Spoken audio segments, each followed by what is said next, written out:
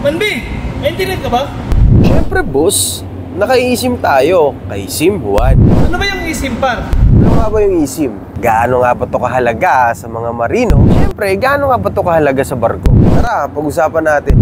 Go. Nakikita nyo yan? May isla, di ba? Yan yung isa sa mga kahalagahan na meron kang eSIM. Tara, panoorin nyo. Usapang internet to. Let's go.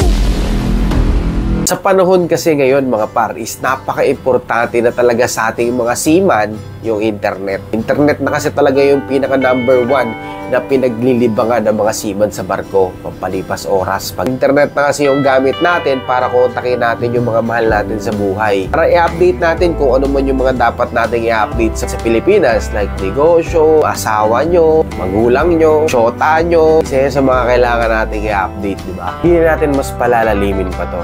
Pag-usapan na natin ng maayos dito sa kabina kung paano nga ba ako nakapagpaload ng eSIM. Saan ka naman makabili ng eSIM na yan?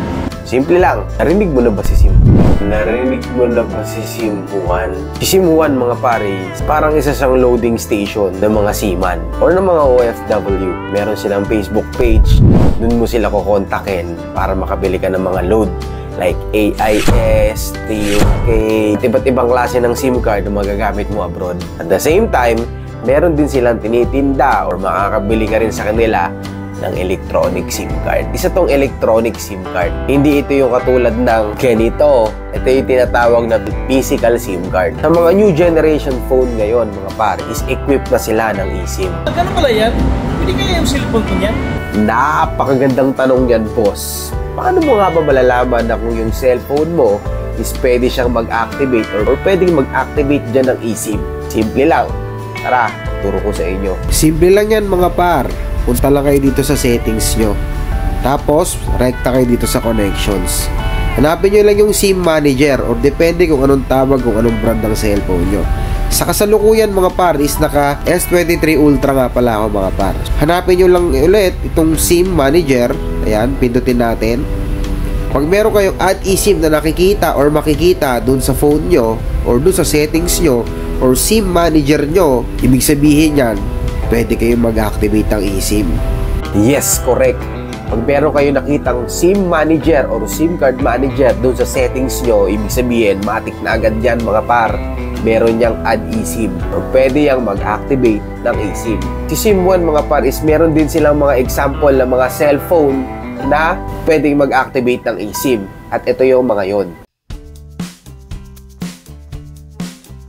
Pero syempre, hindi lahat ng nakasulat doon is gumagana talaga. Kailangan nyo pa rin talagang i-check doon sa sinabi kong instruction, yung cellphone nyo is pwede nga bang mag-activate ng eSIM. Pag na-confirm nyo na mga par na pag yung cellphone nyo is pwedeng mag-activate ng eSIM, ito na yung time na pwede nyo nang kontakin si SIM Juan. Ito nga pala yung Facebook page nila. Meron din silang website na ibibigay sa'yo or pwedeng ikaw na yung mismong mag-order doon sa website nila. Babayaran mo na lang online. Pag na-contact nyo na si SIM Juan, hindi kayo magtanong sa kanila kung ano nga bang package yung nababagay sa inyo. Kung nasa ang puerto kayo, kung nasa ang bansa kayo, para sila yung magbibigay ng suggestion kung ano nga bang package yung nababagay sa inyo. Or kung di ka naman kaya, pwede nyo pag-aralan yung mga sample package nila para sulit ba? Kasi mas mapag-aaralan nyo kung gaano kayo katagal sa puerto eh. Ito nga pala yung mga sample ng mga package nila mula Asia, Europe at America.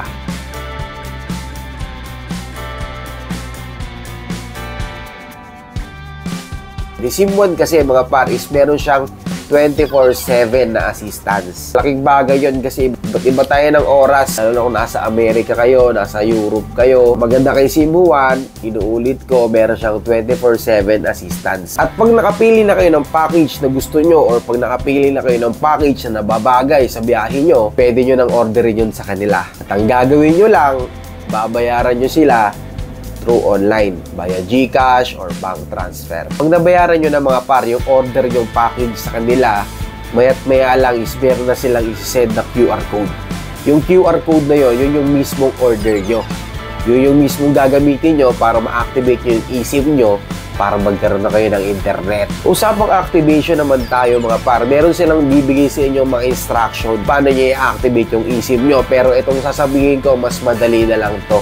Simple lang, pag nakuha nyo yung QR code, punta kayo dun sa SIM Manager, pindutin nyo yung Add eSIM, scan nyo lang doon yung QR code na binigay nila. Tapos nun, kaboom!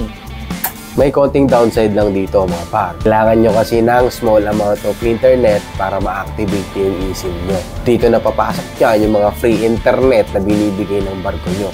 Kaya kailangan maglalaan talaga kayo ng small amount of internet para dun sa activation ng electronic SIM card nyo. So, balikan lang natin yung mga napag-usapan natin mga par. Paano tayo makapagpa-activate ng eSIM? Ang unang-unang gagawin natin is check muna natin yung phone natin kung compatible ba siya to activate eSIM. Paano natin malalaman yon? Ta kayo sa settings, punta kayo ng connection, SIM manager or SIM card manager, tapos kung may makikita kayong add eSIM, ibig sabihin, legit. Ibig sabihin, pwede. Or di kaya i-visit nyo yung page ni SIM1, i-check nyo kung ano yung mga cellphones or gadget na pwede or compatible sa electronic SIM card. Next, pag pwede yung cellphone nyo, kontakin nyo na si SIM1, pipili na kayo ng package kung anong package yung gusto nyo, or pwede kayo mag-order sa website nila. Tapos, pag meron na kayo napiling package, activation na tayo. Nabayaran nyo na yung package na gusto nyo, bibigyan kayo ng QR code ni SIM1, tapos i-activate nyo na siya.